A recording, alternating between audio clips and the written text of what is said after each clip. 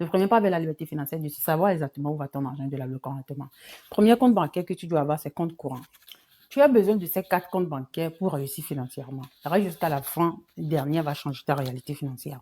Ce compte tenu est purement éducatif. Je t'explique un principe, pas un conseil financier personnalisé. Okay? Et on a l'habitude de faire des erreurs en Afrique où on utilise trop d'espèces. Ce n'est pas une bonne chose parce que le premier pas vers la liberté financière, c'est de savoir exactement où va ton argent, de l'allouer correctement. Premier compte bancaire que tu dois avoir, c'est compte courant. OK? Et voici l'erreur que je vois les gens font. Ici, les gens épargnent dans ce compte. Non. L'objectif de ce compte a un objectif seulement, c'est tes dépenses. Ici, c'est de gérer tes dépenses. D'accord? C'est de gérer tes dépenses. Et là, tu dois faire l'ouverture d'un compte courant le plus vite possible. Okay? En 2026, on ne va pas continuer comme ça. Okay? Maintenant, et deuxième compte que tu dois avoir, et voici l'erreur que je vois les gens font, compte d'épargne. Okay? Épargne. Ici, ce compte a 2 objectifs, dépendant de la manière que tu as construit ta vie. L'objectif de ce compte, c'est pour gérer tes imprévus. Alors, c'est pour les fonds d'urgence, fonds d'imprévus. OK? Urgence. Et je veux dire ça veut dire quoi? Ça veut dire que s'il y a quelque chose qui arrive dans ta vie, tu tombes pas, tu tombes pas malade, tu épargnes pour cela. Et ici, aussi, deuxième objectif, c'est fonds de prévoyance. C'est quoi? Ce sont des dépenses prévenir, frais de scolarité. Tu as de motos, assurance auto qui vient chaque année, tu épargnes tout ça. Tu peux avoir 2 comptes d'épargne, comme ça tu les sépares. OK? Maintenant, voici ce qui est très important. Ici, on te donne de 3 à 3,5%. Si tu es au diaspora, d'accord? Si tu es au diaspora, il y a des comptes d'épargne de diaspora de 4%. OK? Maintenant, ce qui est important à comprendre, c'est que tu utilises ça pour épargne, tu n'épargnes pas ici, parce qu'ici, il n'y a rien. C'est peut-être dépense. OK? Maintenant, il y a troisième compte, qui est très important, date. Dépôt à court terme. OK. Ça, je vais prendre un peu de temps pour expliquer exactement ce que c'est. Parce que je vois les gens font énormément d'erreurs ici. Dépôt à court terme, c'est que c'est un compte bloqué.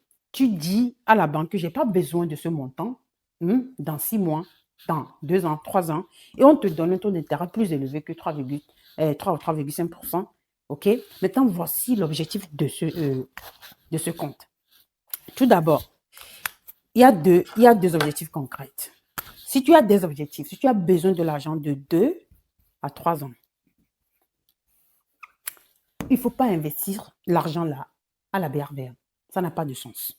À moins que tu investisses ça dans un fonds commun de placement monétaire. Mais tu peux utiliser date. Je vais t'expliquer. Tu ne devais pas non plus mettre ça dans ton compte d'épargne. OK?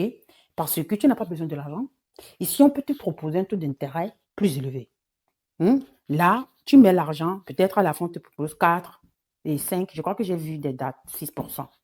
Et c'est bloqué dans cette période-là, de 3 ans. Tu n'as pas besoin de l'argent. C'est là, tu sais que tu auras ce rendement. OK? Deuxième chose, si tu as des salaires un peu plus élevés, tu gagnes 1 million, 2 millions, 3 millions par mois, normalement, pour les fonds d'urgence, tu devais avoir de 3 à 12 mois de ton salaire. Tu ne peux pas placer 12 millions comme ça dans ton fonds d'urgence. C'est un peu stupide. Alors, tu peux placer quelques mois dans ton fonds d'urgence et tu bloques le reste ici. Ce qui est très important, l'erreur que les gens font, c'est qu'ils placent tous leurs fonds d'urgence ici. Ce n'est pas une bonne chose. Parce que là, tu as bloqué ta sécurité.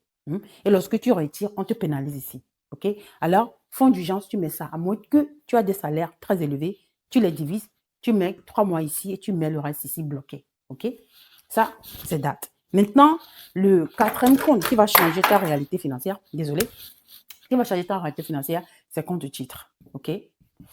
Et maintenant, normalement, chez les SGO, si c'est un fonds commun de placement, c'est en fait compte souscripteur, mais on utilise compte titre pour les deux. Compte titre. OK? Pourquoi? Je te dis ici qu'on te propose 4%. Ici, on peut te proposer 5%, etc. Mais ici, on te propose de 4 à 13%. Pourquoi? Parce que tu achètes des actifs. C'est quoi un actif? Un actif, ce sont des produits d'investissement. OK?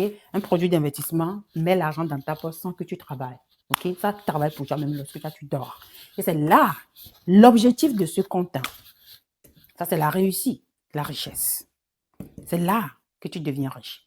Chaque compte a son objectif. OK? Quelqu'un qui est financièrement éduqué, c'est ça. OK? Alors, si tu veux comprendre comment avoir le contrôle de ton argent, OK? Comment répartir son argent, comment fructifier son argent, d'accord, et d'avoir contrôle total. Comme ça, tu n'as pas besoin de repartir à zéro chaque année, chaque mois. Rentre dans mon programme de 6 millions. Je vais t'apprendre éducation financière et comment investir, que ce soit à la BRVM ou la bourse américaine. À tout à l'heure.